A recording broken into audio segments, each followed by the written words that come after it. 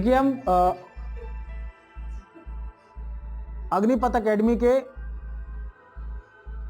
Online platform में उपस्थित हैं और हमने आपसे कहा था कि हम आपको एक टॉपिक डेली हनुमान चालीसा में रिवीजन कराएंगे और एक टॉपिक लगातार 5 दिन चलेगा, जिससे आप उस टॉपिक पर अपनी पकड़ अच्छी मजबूत कर सकें।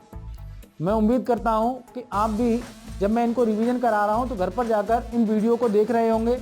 जब आप रास्ते में सफ़र कर रहे हैं, जब आप साइकिल पर चल रहे हैं, कहीं जा रहे हैं, खाना बना रहे हैं और ऐसे अन्य काम जिसमें आप फ़ोन सुन सकते हैं।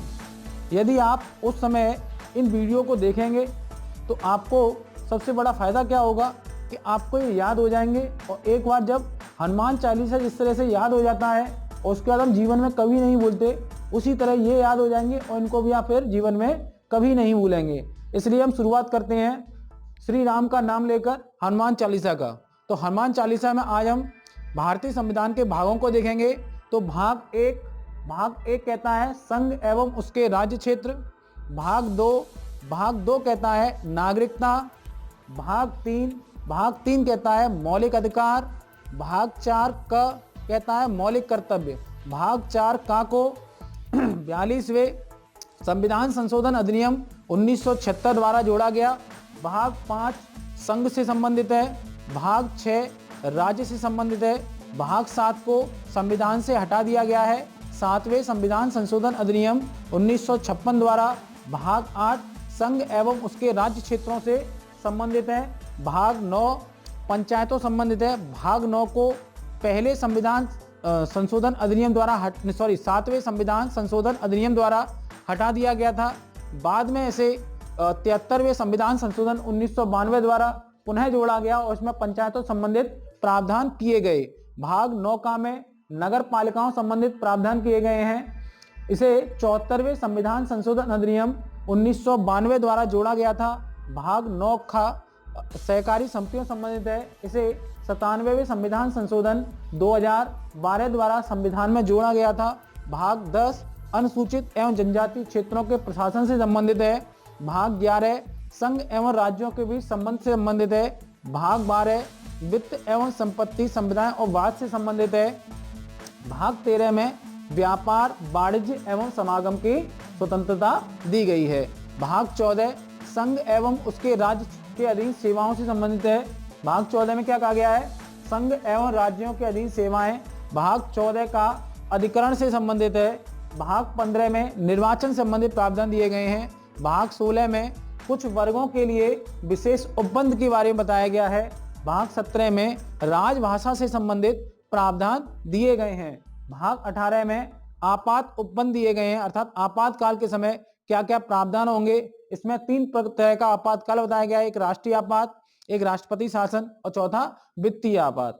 भाग 19 में विशेषाधिकार दिए गए हैं, अर्थात विविध के बारे में दिया गया है, जैसे राष्ट्रपति, राज्यपाल या राजनयिकों के विशेषाधिकार क्या होंगे।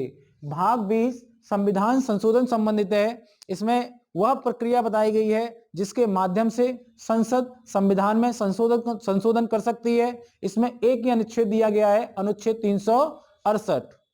भाग 20 हो गया। भाग 21 अस्थायी संक्रमणकालीन एवं विशेष उपबंध। इसमें क्या दिया गया है? अस्थायी संक्रमणकालीन विशेष उपबंध। भाग 21 को संविधान में इसलिए जोड़ा गया था कि जब संविधान हमारा लागू हो रहा था तो कौन कौन से अस्थायी प्रावधान है वो लागू होंगे। इसके बाद अनुच्छेद 370 जो जम्मू कश्मीर के संबंध में था, जो 31 अक्टूबर 2019 तक प्रभावी था, उसको भी भाग 21 में ही रखा गया था। इसके अलावा विभिन्न राज्यों को इसमें विशेषाधिकार दिए गए हैं, जैसे आंध्र प्रदेश, तेलंगाना, महाराष्ट्र, गुजरात, इनके कुछ क्षेत्रों को अधिकार दिए गए हैं। इन सारे राज्यों के नाम मैं आपको लिखाऊंगा अनुच्छेदों के साथ। भाग 22 में संक्षिप्त नाम, प्रारंभ एवं हिंदी पाठ और निरसन दिया गया है। तो एक बार मेरे साथ आप सभी लोग इन भागों के नाम बोलते जाएंगे। भाग 1 संघ एवं उसके राज्य क्षेत्र। भाग 2 नागरिकता। भाग 3 मौलिक अधिकार। भाग 4 नीति निर्देशक तत्व। भाग 4 का। भाग 5 संघ। भाग 6 राज्य। भाग 7 निषेध कौन से संविधान संशोधन द्वारा? 7वें संविधान संशोधन अधिनियम द्वारा। भाग 8 संघ एवं उसके राज्य क्षेत्र। भाग 9 पंचायतें किस अधिनियम के तहत किस संशोधन के द्वारा जोड़ा गया? 73वें संविधान संशोधन अधिनियम 1992। भाग 9 का नागरिकता नगर पालिकाएं क्या है? नगर पालिकाएं, इसमें 74वें संविधान संशोधन अधिनियम 1992 द्वारा जोड़ा गया। भाग 9 खा में सहकारी समितियां, इसे किसके तहत जोड़ा गया? 97वें संविधान संशोधन अधिनियम 2012 द्वारा जोड़ा गया। भाग 10 अनुसूचित जाति जनजाति क्षेत्र। भाग 11 संघ एवं राज्यों के बीच संबंध। भाग 12 वित्त संपत्ति एवं संविदाएं और वाद। भाग 13 व्यापार वाणिज्य एवं समागम की स्वतंत्रता। भाग 14 संघ एवं उसके अधीन सेवाएं। भाग 14 का अधिकरण। भाग 15 निर्वाचन। भाग 16 कुछ वर्गों के लिए विशेष उपबंध। भाग 17 राजभाषा। भाग 18 आपात उपबंध। भाग 19 विशेष अधिकार। भाग 20 अनुच्छेद 3। तो भाग 20 में संविधान संशोधन अनुच्छेद 368। भाग 21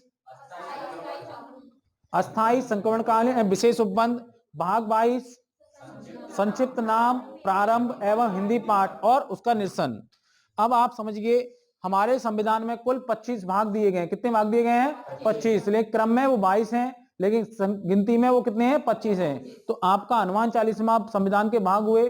अगले कुछ नए टॉपिकों के साथ पुनः मिलते हैं। तब तक आप अग्निपथ एकेडमी के यूट्यूब चैनल को देखते रहिए। अगर आपको वीडियो पसंद आता है तो उसे लाइक करें, चैनल को सब्सक्राइब करें, साथ ही साथ कमेंट करें और नोटिफिकेशन प्राप्त करने के लिए बेल आइकन को भी दबा सकते हैं।